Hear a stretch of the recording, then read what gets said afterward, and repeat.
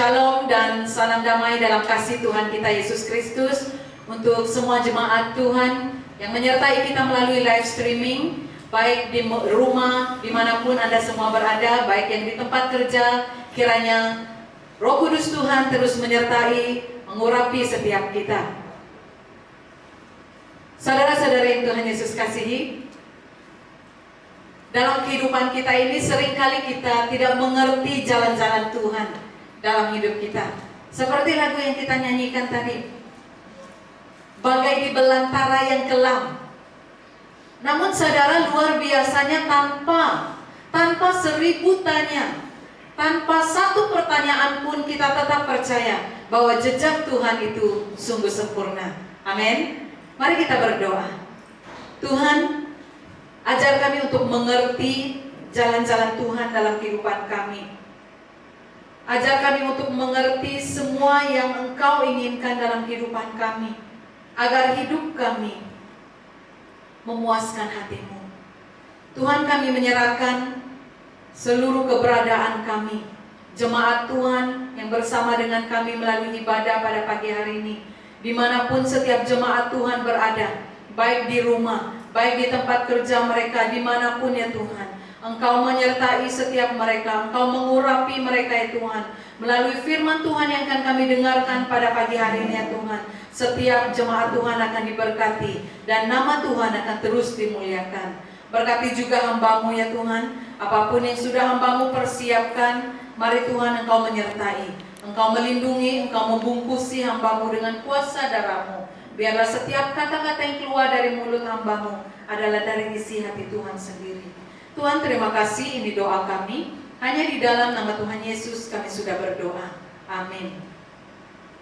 Baik saudara, kita seringkali mendengar ada satu cogan kata, kita pasti menang, ya kan? Beberapa waktu ini kita pasti mendengar kata ini, kita pasti menang. Tapi sebelum saya teruskan lagi dengan firman Tuhan pagi ini, saya mau kita semua untuk melihat ada dua buah situasi yang memberikan kita gambaran tentang tema khotbah kita pagi ini, yang berbicara tentang kemenangan pasti terjadi. Ya, saya akan bawakan kita untuk melihat dua situasi, yaitu yang pertama, kemenangan itu sudah terjadi. Nah, saudara, kemenangan itu sudah terjadi. Ini berbicara tentang kehidupan saudara dan saya setelah mengenal Kristus, menerima Kristus sebagai Tuhan dan Juru Selamat dalam kehidupan saudara dan saya. Karena Yesus sendiri yang sudah mengalahkan kuasa maut itu, Yesus mati dan bangkit untuk saudara dan saya. Dan kemenangan ini merupakan karya Kristus. Saudara, untuk melawan dosa itu dengan akal pikiran kita sebagai manusia saja, kita tidak akan mampu. Hanya karena Roh Kudus. Amin. Kemenangan kita adalah kemenangan yang disediakan oleh Allah. Nah, perhatikan situasi yang kedua. Kemenangan itu pasti akan terjadi. Kalau yang pertama tadi sudah terjadi, yang kedua ini pasti akan terjadi. Ini berbicara soal harapan. Ini berbicara tentang keadaan dunia pada saat ini. Saudara, dunia sedang berduka. Sakit, penyakit ada di mana-mana. Peperangan, permusuhan berlaku di berbagai tempat. Tetapi sebagai orang percaya, kita yakin bahwa kemenangan itu pasti akan terjadi. Amin.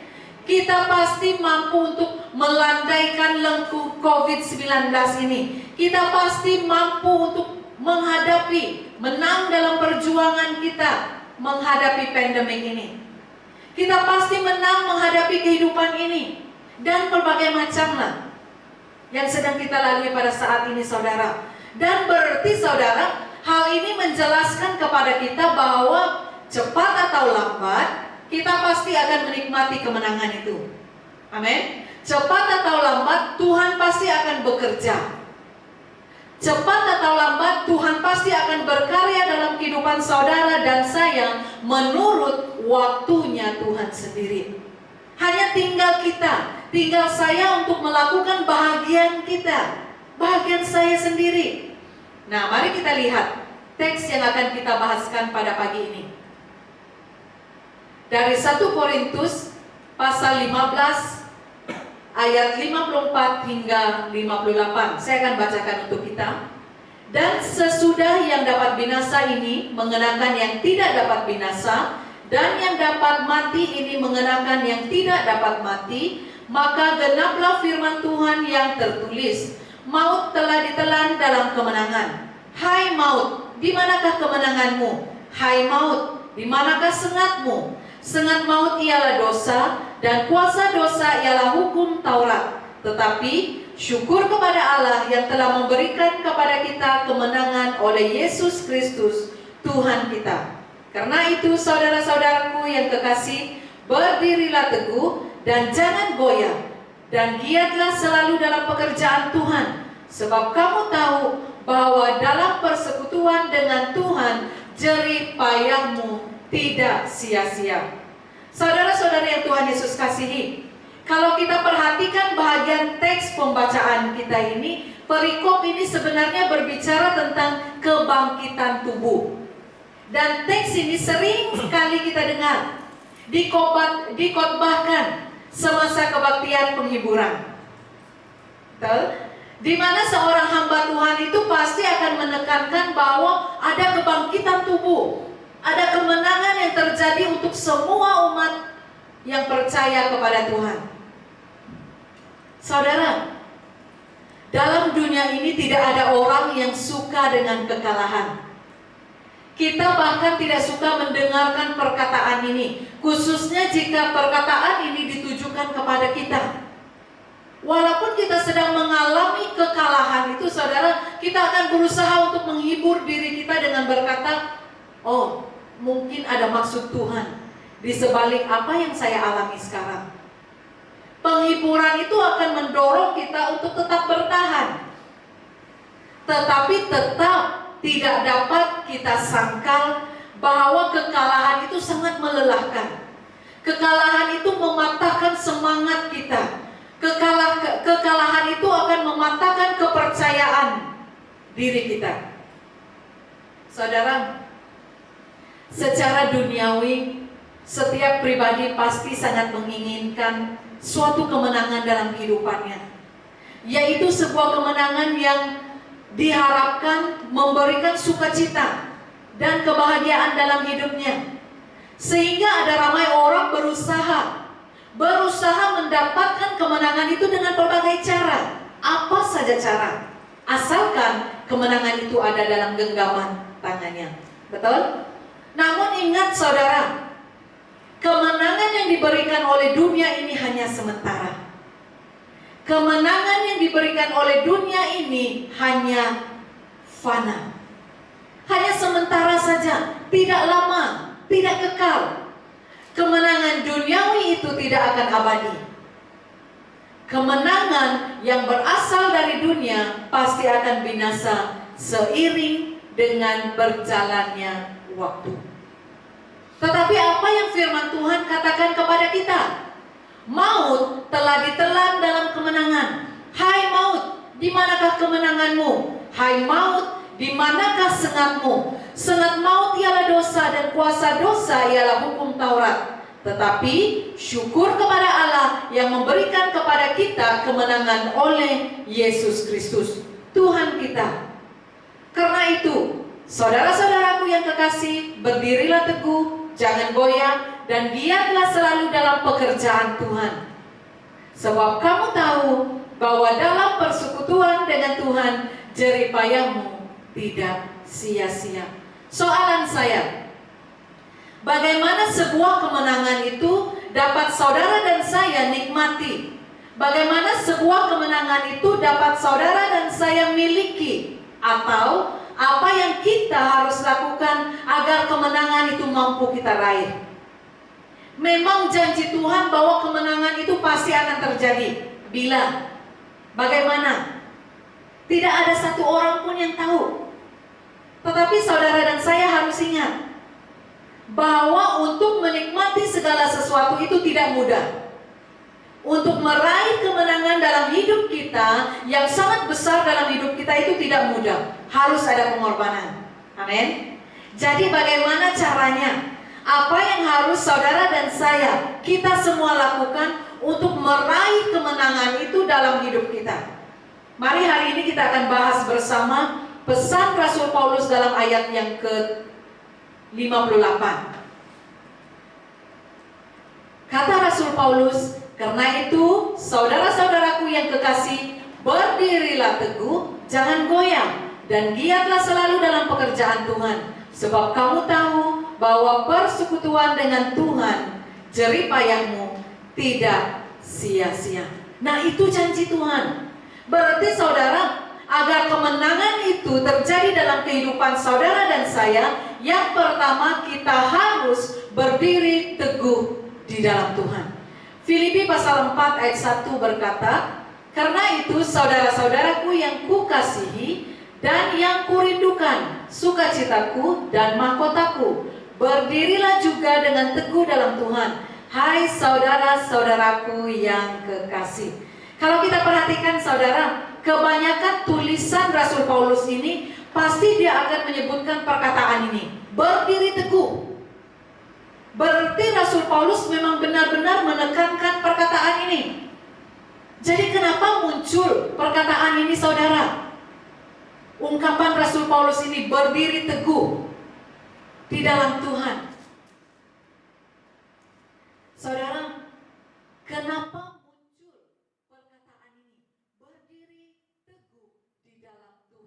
stand firm in the Lord? Filipi pasal 3 ayat 20 hingga 21 berkata, karena kewargaan kita adalah di dalam surga, dan dari situ juga kita menantikan Tuhan kita Yesus Kristus sebagai juru selamat yang akan mengubah tubuh kita yang hina ini sehingga serupa dengan tubuhnya yang mulia. Kalau kita lihat konteks ayat di dalam Filipi ini, Rasul Paulus sedang mengingatkan jemaat supaya mereka berdiri teguh. Berarti saudara, kewargaan kita sudah didapatkan di dalam Kristus. Pandangan mata kita harus tertuju di situ dan jalani hidup kita dengan perspektif yang sama juga seperti itu. Sama seperti yang dikatakan oleh Rasul Paulus. Kata Rasul Paulus, saya mau mengikut Tuhan.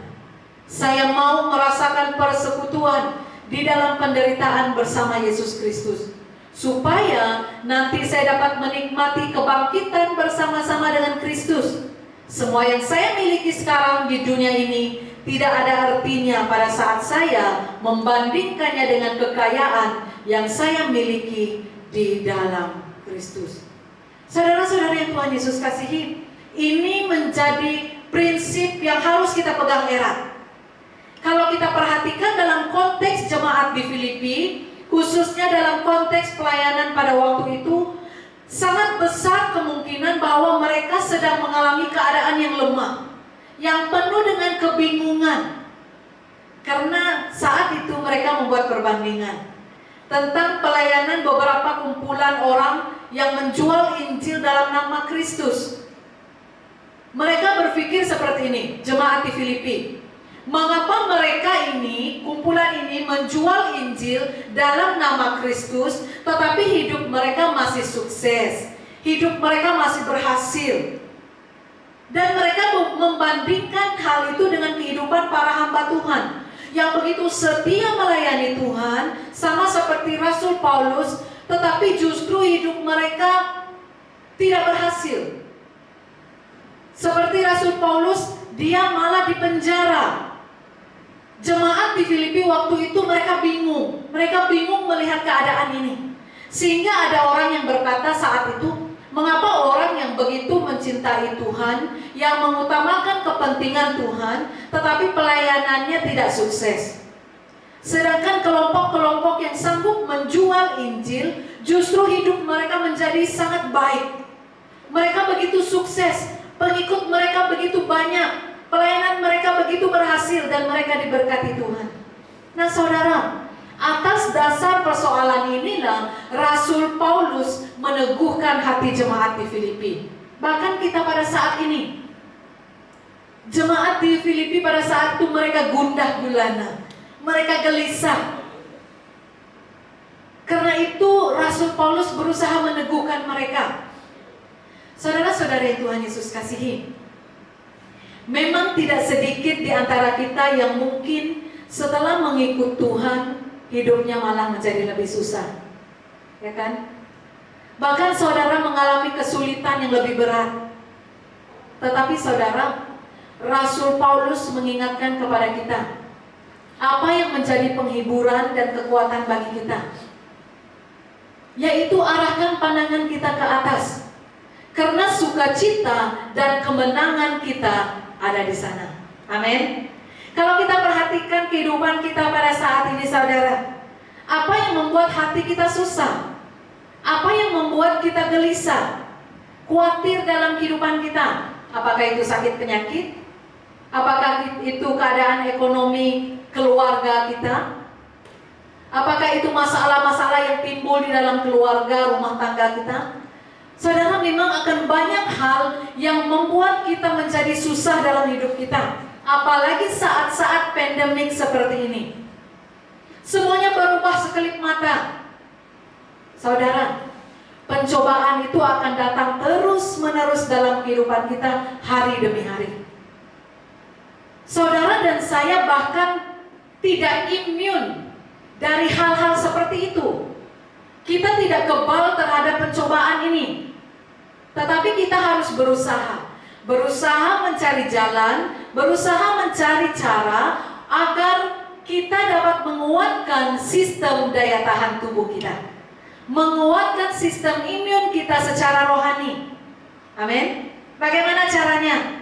Jadi firman Tuhan pada pagi ini mengingatkan kepada kita, be strong.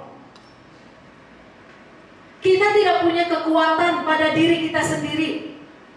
Kekuatan itu hanya akan kita dapati saat kita kembali lagi kepada Tuhan.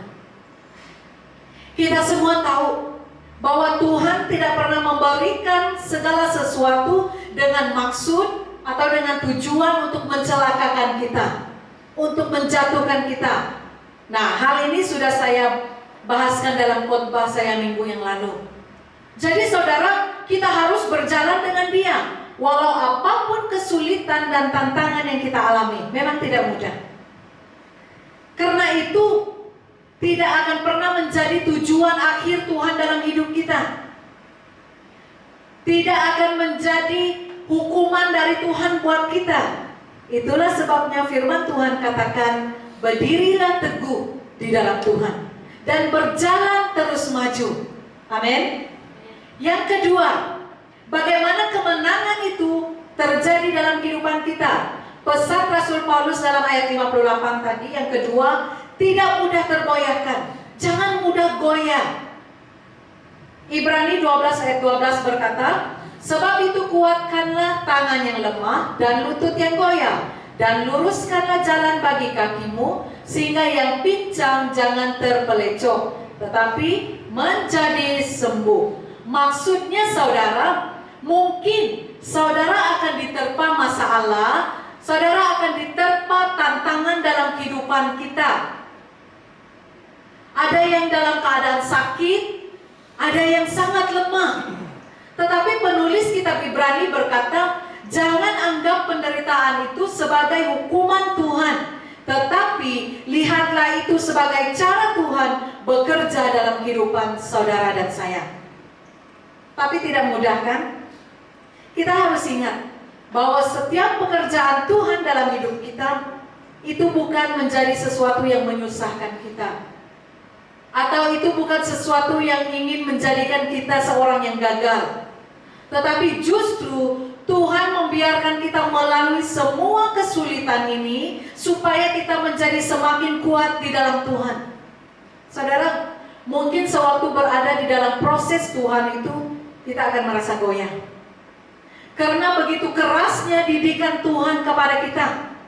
Dan itulah sebabnya penulis kitab Ibrani mengatakan, kuatkanlah sekarang kakimu, teguhkanlah hatimu, berjalan sekarang ikut Tuhan. Saudara, Berjalan mengikut Tuhan itu ibarat kita sedang mendaki bukit. Semakin kita berusaha untuk mendaki ke atas, semakin kita akan lebih cepat sampai di puncak. Dan pastinya saudara, ketika berada di puncak itu, saudara akan dapat melihat pemandangan yang begitu indah dari atas sana. Sama juga halnya saat kita mengikut Tuhan. Saat kita berjalan mengikut Tuhan, semakin setia kita mengikut Tuhan, semakin kita dapat melihat dan merasakan pekerjaan Tuhan yang begitu luar biasa buat setiap kita. Amin. Karena tanpa saudara sadar, seringkali dalam kelemahan kita pasti akan berkata kepada Tuhan, Tuhan, untuk apa saya mengikuti Engkau? Karena itu saudara, kita harus tetap setia. Kita harus tetap bertahan. Jangan goyah saat kita menjalani kehidupan kita.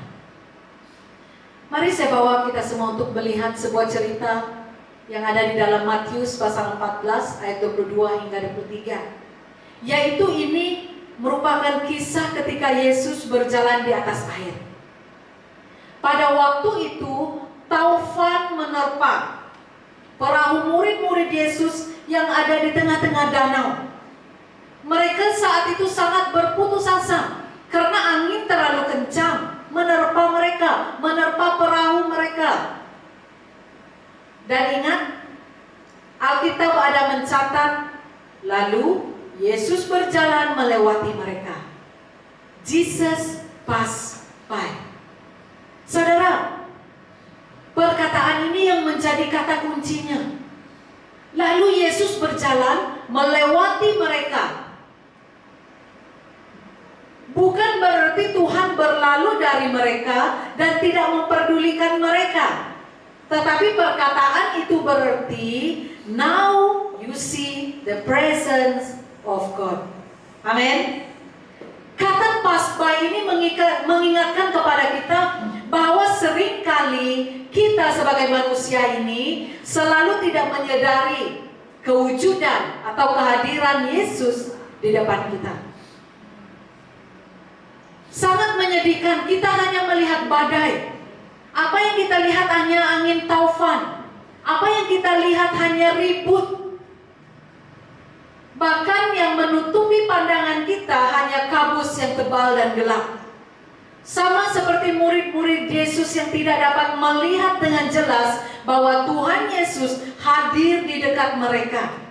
Bayangkan saat itu murid-murid Yesus berteriak, itu hantu.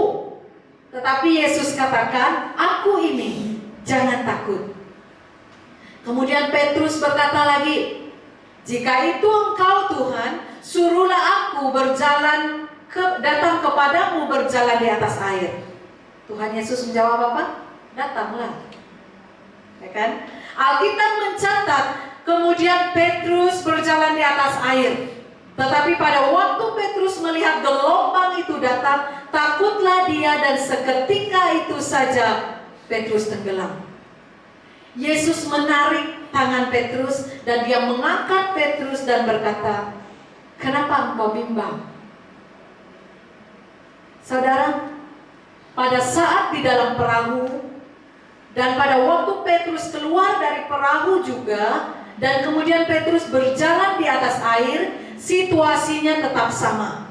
Gelombang tetap ada, badai tetap ada menerpa, angin kencang tetap hadir. Jangan pikir saudara, setelah Tuhan menyuruh Petrus keluar dari perahu dan berjalan kepadanya, angin itu menjadi tenang. Tidak. Situasi itu tidak akan berubah saudara. Yang berubah, yang berbeza adalah respon kita. Sama seperti keadaan kita pada saat ini. Kita katakan kemenangan itu pasti terjadi, tapi bagaimana? Apa respon kita? Ingat saudara, respon kita itu adalah yang membuat saudara dan saya mampu untuk menjalani sesuatu yang mustahil.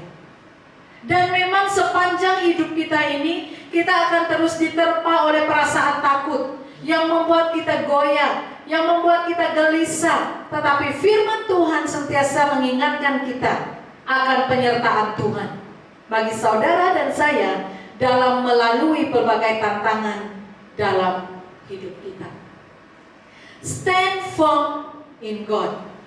Karena inilah cara Tuhan untuk membawa saudara dan saya untuk maju dan bertumbuh dalam kedewasaan rohani kita. Sehingga kita belajar melalui pelbagai tantangan itu.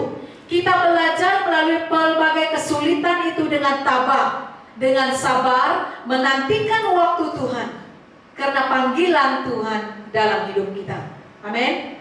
Yesaya 40 ayat 30 hingga 31 berkata, orang-orang muda menjadi lelah dan lesu, dan teruna-teruna jatuh tersandung. Tetapi orang-orang yang menanti-nantikan Tuhan akan mendapat kekuatan baru. Mereka seumpama Raja Wali yang naik terbang dengan kekuatan sayapnya. Mereka berlari dan tidak menjadi lesu. Mereka berjalan dan tidak menjadi lelah. Itu janji Tuhan. Yang ketiga, bagaimana kemenangan itu terjadi dalam kehidupan saudara dan saya, yaitu dengan bergiat selalu dalam pekerjaan Tuhan. Efesus pasal 2 ayat 10 berkata, karena kita ini buatan Allah, diciptakan dalam Kristus Yesus untuk melakukan pekerjaan baik yang dipersiapkan Allah sebelumnya. Ia mau supaya kita hidup di dalamnya. Maksudnya saudara, kita siap untuk melakukan apa saja kehendak Tuhan buat setiap pribadi kita. Setiap orang percaya itu dipanggil oleh Tuhan untuk melakukan pekerjaan yang dipercayakan oleh Tuhan. Pekerjaan di sini berbicara tentang pelayanan yang harus kita lakukan. Baik itu untuk Tuhan, baik itu pelayanan untuk sesama kita. Oleh sebab itu Paulus berkomitmen dalam Filipi pasal 1 ayat 21 hingga 22e. Bagiku hidup adalah Kristus dan mati adalah keuntungan. Tetapi jika aku harus hidup di dunia ini, itu berarti bagiku bekerja memberi buah. Nah, itu satu rahasia bagaimana saudara dan saya akan menikmati kemenangan dari Tuhan di dalam kehidupan kita. Untuk menjadi orang Kristen yang hidupnya penuh kemenangan itu, kita tidak boleh puas hanya dengan diselamatkan oleh Tuhan. Tetapi selama kita masih hidup di dunia ini, kita harus mengerjakan keselamatan kita dengan giat dalam pelayanan Tuhan. Pelayanan yang mendatangkan mahkota kemuliaan bagi kita. Itu adalah pelayanan dalam pekerjaan Tuhan. Pelayanan sehebat apapun di luar landasan pekerjaan Tuhan, itu hanya menjadi sia-sia. Setiap orang percaya itu harus memiliki keyakinan dan pengertian dalam hal ini. Saudara, pelayanan kepada Tuhan berarti kita percaya kepadanya dan taat melakukan firman-Nya. Ketika seseorang percaya kepada Tuhan, percaya kepada Yesus Kristus sebagai Tuhan dan Juru Selamat, ia telah melakukan pekerjaan Tuhan yang paling mendasar. Tapi saudara, kita tidak boleh hanya berhenti sampai di situ. Iman percaya kita harus diwujudkan dengan perbuatan nyata, dengan tindakan kita. Sebab Yakobus pasal 2 ayat 17 berkata, jika iman itu tidak disertai perbuatan, maka iman itu pada hakikatnya adalah mati. Jadi saudara, kita harus membuktikan iman kita itu dengan melakukan pekerjaan Tuhan, melakukan firman Tuhan. Inilah kemenangan yang sejati. Saudara-saudari yang Tuhan Yesus kasihi, hidup di dalam dunia ini hanya sementara. Kesulitan yang kita jalani pada saat ini jangan membuat kita menjadi mundur dalam kehidupan kita, tetapi tetaplah giat dalam pekerjaan Tuhan. Banyak orang gagal, tetapi mereka mampu bertahan karena Tuhan. Mereka mampu untuk hidup benar di hadapan Tuhan. Ingat saudara, kekalahan seseorang itu terjadi bukan karena saat dia berusaha kemudian dia gagal. Bukan. Melainkan ketika dia sudah berhenti untuk berusaha. Karena itu saudara, layanilah Tuhan mengikut kapasiti yang saudara dan saya punya. yang kita kerjakan bagi Tuhan. Jangan sia-siakan waktu yang ada untuk saudara dan saya meraih kemenangan yang sudah Tuhan sediakan buat setiap kita. Wahyu pasal 2 ayat 26 berkata, dan barang siapa menang dan melakukan pekerjaanku sampai kesudahannya, kepadanya akan kukaruniakan kuasa atas bangsa-bangsa. Amin. Jadi sebagai penutup saudara, saya ingin menyeru kepada setiap kita. Apapun keadaan yang kita sedang alami pada saat ini, ingat apa pesan Tuhan bagi setiap kita melalui firman Tuhan yang kita renungkan bersama pagi ini. Kemenangan itu pasti akan terjadi, pasti akan saudara dan saya miliki saat kita berdiri teguh di dalam Tuhan. Tidak mudah tergoyahkan. Apapun kata-kata orang, apapun cara-cara iblis untuk melemahkan kita, kita tetap berdiri teguh, kita tetap tidak goyah, bahkan tetap giat selalu dalam pekerjaan Tuhan. Karena janji Tuhan yang pastinya jerih payah saudara dan saya tidak akan menjadi sia-sia. Amin. Kemenangan itu pasti akan terjadi buat setiap kita. Seperti lagu yang kita nyanyikan tadi, memang begitu banyak hal yang tidak kita mengerti, tetapi kita harus percaya bahwa jejak Tuhan itu begitu sempurna. Amin. Mari kita berdoa. Bapa yang sangat baik dalam kehidupan kami sangat bersyukur atas pimpinan penyertaan Tuhan untuk setiap kami. Terima kasih Tuhan atas firman-Mu yang menguatkan kami, yang meneguhkan kami dalam kami menjalani hari-hari kami yang penuh dengan tantangan, cabaran pada saat ini. Tuhan, kami berdoa, saat ini dunia sedang berduka, sakit penyakit ada di mana-mana. Ramai jemaat Tuhan yang saat ini mengalami kesulitan, ramai jemaat Tuhan yang hilang pekerjaan, bahkan ada jemaat Tuhan yang saat ini mengalami sakit penyakit, baik di rumah sakit, baik di rumah mereka masing-masing. Tuhan, kami percaya kemenangan Tuhan pasti terjadi buat setiap kami. Tuhan pasti akan melepaskan kami dari segala ikatan-ikatan yang melemahkan kami, yang menjatuhkan kami ya Tuhan. Tuhan, apapun cara iblis untuk menakutkan kami, untuk mempermalukan kami dengan apapun cara, kami berdoa di dalam nama Tuhan Yesus, kemenangan Tuhan pasti akan terjadi dalam hidup setiap pribadi kami, dalam keluarga kami, dalam rumah tangga kami, pekerjaan kami, bahkan dalam pelayanan yang sudah Tuhan percayakan kepada setiap kami secara pribadi. Tuhan, kami berdoa pada saat ini, berkati setiap jemaat Tuhan yang saat ini sedang bekerja ya Tuhan, dimanapun mereka sedang melakukan tanggung jawab mereka, baik yang saat ini sebagai frontliners ya Tuhan. Engkau memberkati mereka, lindungi, bungkusi mereka dengan kuasa darah-Mu, jauhkan mereka dari sebarang sakit penyakit yang menular pada saat ini ya Tuhan. Kami berdoa, pandemik ini akan segera berakhir ya Tuhan. Bumi ini akan segera Tuhan pulihkan. Kemenangan ini akan pasti kami miliki ya Tuhan. Kami berdoa ya Tuhan, lawati setiap jemaat Tuhan, berkati setiap jemaat Tuhan pada saat ini ya Tuhan, yang dalam kelemahan tubuh saat ini, yang mengalami sakit penyakit di rumah mereka masing-masing, di rumah sakit ya Tuhan. Saat ini lawati setiap jemaat Tuhan. Engkau menyentuh setiap bahagian-bahagian tubuh yang saat ini sakit ya Tuhan. Engkau memberikan mereka kesembuhan, Engkau memberikan mereka kelepasan dari penyakit ini ya Tuhan. Kami berdoa ya Tuhan, Engkau akan memulihkan mereka ya Tuhan, memulihkan segala sakit penyakit yang ada pada tubuh mereka ya Tuhan. Tuhan, kami berdoa untuk setiap anak-anak kami ya Tuhan, yang saat ini menjalani persekolahan mereka secara online ya Tuhan. Kami tahu tidak mudah ya Tuhan. Bahkan untuk setiap guru-guru mereka ya Tuhan, kami berdoa juga untuk setiap ibu bapak ya Tuhan, yang juga mengambil peranan ya Tuhan, bertanggung jawab atas pendidikan anak-anak kami masing-masing di rumah ya Tuhan. Tuhan, berikan kami hikmat, berikan kami kebijaksanaan ya Tuhan. Kami tahu kami tidak akan mampu ya Tuhan, tapi kami percaya saat kami mengandalkan Tuhan, saat kami mempertaruhkan hidup kami ke dalam tangan Tuhan, semuanya Tuhan akan pasti tolong. Tuhan akan pasti memudahkan kehidupan kami. Tuhan, kami tidak lupa berdoa untuk setiap jemaat Tuhan yang saat ini ada dalam kekurangannya Tuhan, yang kehilangan pekerjaan, yang sedang mencari pekerjaan, bahkan yang sedang menanti panggilan untuk bekerja.